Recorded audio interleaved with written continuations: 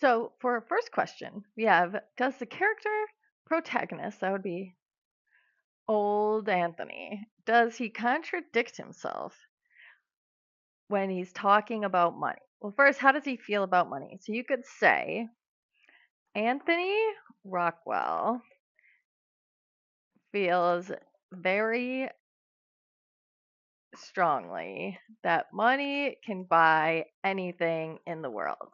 He feels as though money is a great equalizer of men. And when people have money, it makes them more valuable to society, you could say. And my evidence here, we could say, ah, when he's talking to his son about being a gentleman, he's saying that Rockwell soap is the very best. And then he goes on. I would say this line is weird. He says, people say, here, okay, so now I might write here. He believes that money can buy manners and sophistication, but he contradicts himself when he says that money makes people into gentlemen. Gentlemen are known for having good manners. So if he says the neighbors have bad manners, but they are still gentlemen, then he is implying money buys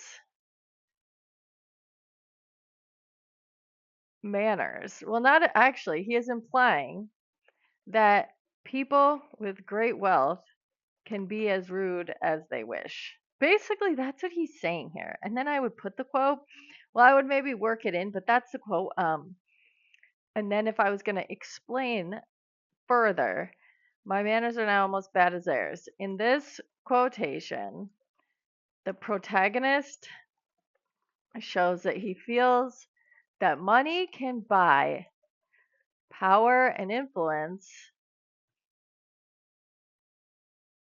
so that wealthy people can be as rude as they want. That's what he's saying. I think you can interpret it however you want to, because obviously none of us can really ask O. Henry because he's not with us anymore. But all right, then we would have number two. And number two wants to know about the foreshadowing. Identify and explain the foreshadowing used on page 4. How could the small gold ring also be a symbol in the story? Okay, so when he says that it's going to fall out of the pocket, and then it does, it says um, he puts it in his pocket here, where he thought it would be safe. So I might say on page 4, O. Henry writes that Anthony or Richard put the gold ring in his pocket where he thought it would be safe. By using the word thought, O. Henry gives a hint to the reader that the ring will not be safe. The ring could symbolize true love because Miss Lantry chooses to marry Richard after getting stuck in the cab and seeing the ring. However, the reader is aware of the true reason the cab was stopped for so long.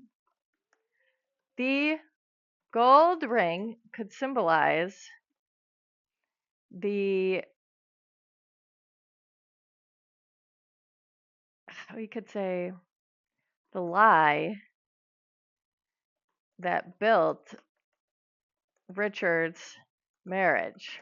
Richard and his aunt Ellen believe that Miss Lantry's love was organic, meaning it was just like born. However, the reader knows that Anthony paid for the extra time Richard got with Miss Lantry. So then you could say something like, thus, the ring symbolizes how even when people think money did not influence an opportunity, they are mistaken. The ring foreshadowed why they think the true love exists, because they think it was such a coincidence, but in actuality, it was that. Connect the idiom used on page 2 to the idiom used to describe Anthony's associate. All right, that idiom. On page 2, Anthony says that his son's hands are clean, which implies, which his son's hands are clean because there is no Rockwall soap on them, which implies that Rockwall soap's business practices are unethical. At the end of the story, an associate by the name of Kelly, who is quoted to be having red hands, arrives for the rest of his payment from Anthony. They discuss how much money Kelly bribed authorities and cab drivers to cause the traffic jam. Anthony asks Kelly if he saw a wait, I gotta quote it because it's kind of funny. He says, "Did you see?" Asked him if he saw a little fat boy. No, go back. I'll say, he said, a little fat boy with no clothes on.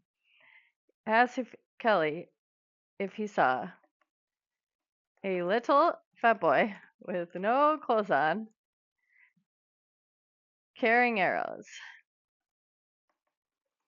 Carrying arrows. Which is an allusion to the Greek myth of Cupid.